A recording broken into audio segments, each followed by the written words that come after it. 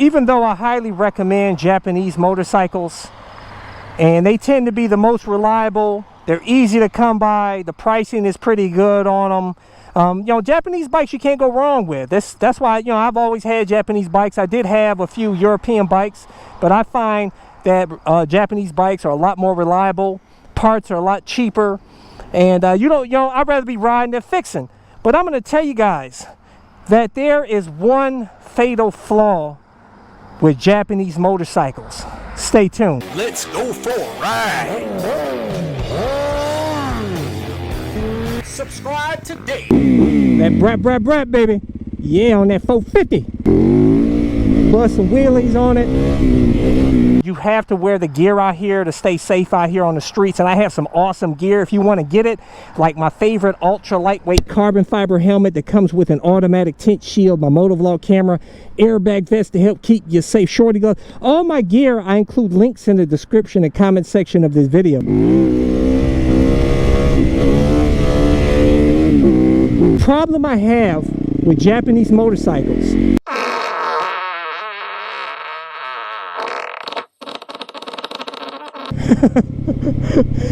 the fatal flaw is that Japanese makes ugly motorcycles for the most part, man. Not all of them. I think the Yamaha R1 looks pretty good. I think the best looking Japanese bike ever, I think a lot of you guys will agree, is the older, the previous generation R6. That was a beautiful bike. Amazing bike. Yeah, baby. The Yamaha MT-10 is, I think, probably the ugliest bike that Yamaha makes. Next to the VMAX. The VMAX is ugly, but it's got all that torque, and it's a beautiful bike to ride, don't get me wrong.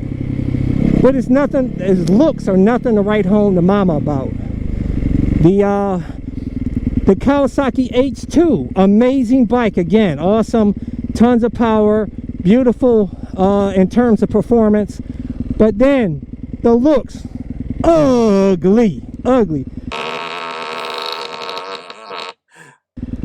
The Kawasaki ZH2, they managed to even make it uglier than the H2. The Yamaha MT-09, the new one, is uglier than the previous generations. Ugly. The MT-07 looks better. I have to give them credit. It does look pretty decent. I mean, it doesn't look bad, don't get me wrong, but the new MT-09 is ugly. That headlight, it doesn't flow with the bike. Awesome bike, don't get me wrong. I owned the previous gen MT-09, a 2020 MT-09, but that bike was kind of, I didn't like that bike that much because it didn't fit me well. It just, I hated the way the seating position was. It just didn't feel right, you know what I'm saying? And it was a bit that snatchy throttle, even though I fixed it a bit with putting you know, that flash tuner on there, which, by the way, if you want to flash tune your own bike, you can get a flash tuner for your bike, and it's easy. I have a link to one in the description and comment section of this video, which will open your bike up and help smooth the throttle out, especially on that older MT-09 and probably the new MT-09. I don't know, I haven't rode the new one. But I'm telling you, Japanese motorcycles are so ugly, a lot of them. I mean, Italian bikes are beautiful, most of them. But Japan makes the, I don't know what it is. I don't know where they get their designers. Like, what are they thinking in their head when they're designing these bikes? But I wish they would hire some designers from Ducati, or especially MV Agusta. Could you imagine if Japan made bikes that look like MV Agusta bikes? Oh my gosh. So I figure I'm gonna go ahead and get a 2022 bike, but I can guarantee you that most of the new bikes that come out with is gonna be ugly, man. Even though you know, once you throw a leg over the bike, all that matters is the performance and your enjoyment riding, okay? Don't get me wrong, but it's also really nice to have a good looking bike. And don't get me wrong, Honda, and especially Honda, used to make some pretty good looking bikes. I thought my former 2012 CBR 1000 Double R was a pretty good looking bike, even though some of you guys call that ugly, but you know, looks are subjective. I was always a CBR fan back in the day, but the new CBR 1000RR, I don't like the looks, and the triple R, I don't like the looks of it, man. It's like, come on, man, get something pretty, make something pretty for once. My gosh, is it that hard to make a pretty bike? Make a pretty bike that we want to buy, that we look at it and we're like, oh, I gotta have that bike, it looks awesome. We get that with KTM, we get it with Aprilia, MV Agusta, a lot of other European bikes. With Japan, not often do we get that. Like I said, some of the bikes are okay looking, you know, the R1, the previous R6 was awesome, but there's not many pretty bikes out there, man. You know what I'm saying, for Japan. And that could change easily. They're the richest manufacturers. Japan, if you are listening, please make your bikes pretty, okay?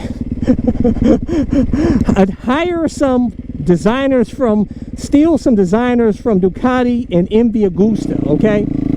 And design us some beautiful bikes, okay? I want you guys, tell me guys, what do you guys think? You share my opinion that Japanese motorcycles are, most of them are ugly. And tell me, what are the pretty Japanese bikes? I want to hear your opinion on what are the prettiest. Like I said, to me, the prettiest Japanese bike out of all of them, hold on, yeah, baby, is the previous gen R6. Beautiful bike. Beautiful bike still today. It's a good looking bike, and one of the most popular bikes, has probably one of the most winningest bikes in the history, probably.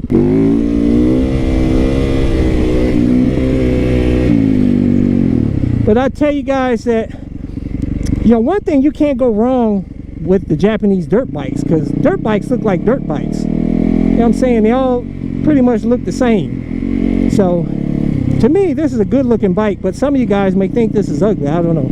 Like I said, beauty is in the eye of the beholder. It doesn't matter what Cycle Cruiser thinks, because it matters what you're buying it, and that's all that matters. I've seen you guys are super happy on some of the ugliest bikes out there.